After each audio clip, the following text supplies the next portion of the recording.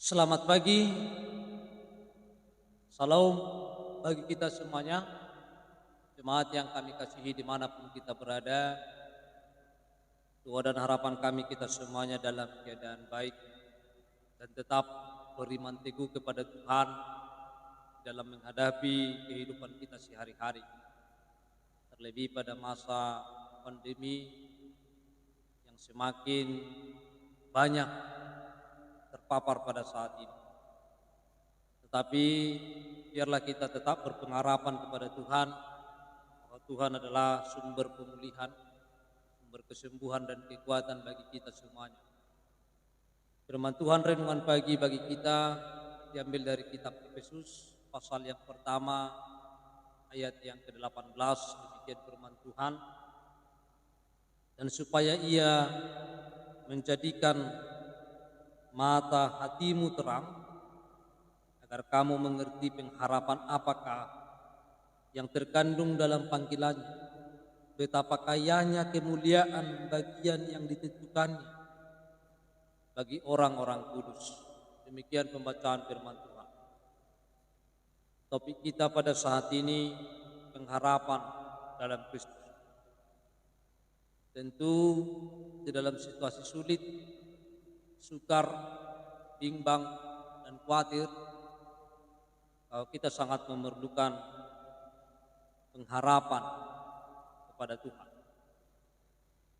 Karena di dalam pengharapan akan ada semangat, motivasi untuk berjuang, karena ada Tuhan yang selalu menyertai kita, ada Tuhan yang selalu menolong kita di tengah-tengah kehidupan kita sehari-hari. Rasul Paulus menyatakan bahwa pengharapan itu adalah kekayaan yang tak terduga dalam kehidupan kita. Rasul Paulus berharap kepada jemaat supaya mengerti dengan pengharapan dan supaya Tuhan menjadikan mata hatimu terang agar kita mengerti pengharapan apakah yang terkandung dalam panggilan Tuhan. Betapa kayanya kemuliaan bagian yang ditentukan bagi orang-orang kudus. Bapak Ibu Saudara-saudara, kekayaan dunia, kehormatan manusia dan segala keindahan yang dapat diperoleh di muka bumi ini tidak ada artinya dibandingkan dengan pengharapan di dalam Tuhan. Orang percaya yang benar, yang menghayati pengharapan ini, pasti memiliki hati yang sangat kuat menghadapi dunia dengan segala persoalan. Pengharapan kepada Tuhan pasti memiliki hati yang sangat kuat menghadapi dunia serta dengan persoalan yang terjadi di dalam. Firman Tuhan menyatakan bahwa pengharapan tersebut menjadi kemegahan orang percaya. Paulus mengatakan di dalam kasih karunia kita berdiri dan kita bermegah dalam pengharapan akan menerima kemuliaan Kristus. Maka pengharapan yang ada di dalam hati kita, tentunya pengharapan itu kepada Tuhan, akan menentukan bagaimana kita harus hidup.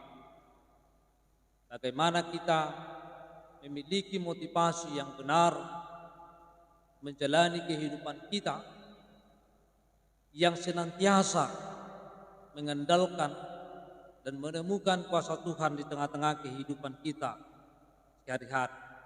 Karena pengharapan di dalam Tuhan memiliki pengaruh yang sangat kuat dalam kehidupan orang percaya.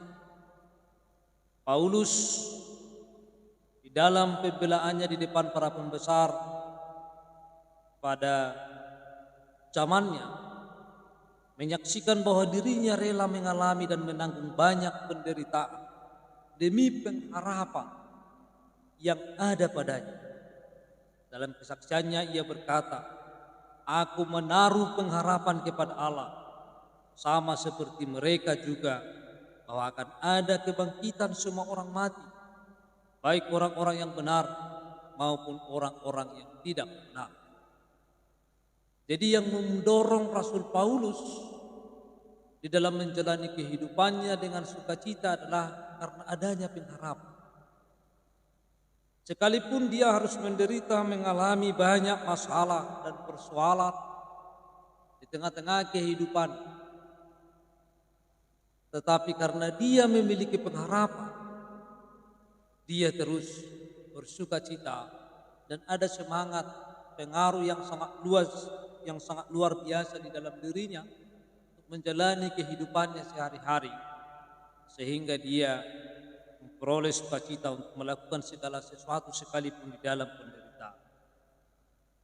Bapak Ibu Saudara-saudara, demikian yang kita alami pada saat ini. Mungkin kita khawatir, takut, bahkan memiliki banyak pergumulan yang sangat luar biasa setelah pandemi COVID-19 yang terus menyebar, bahkan belum terselesaikan sampai pada saat ini. Ada orang yang kehilangan nyawanya, kehilangan pekerjaan, kehilangan segalanya.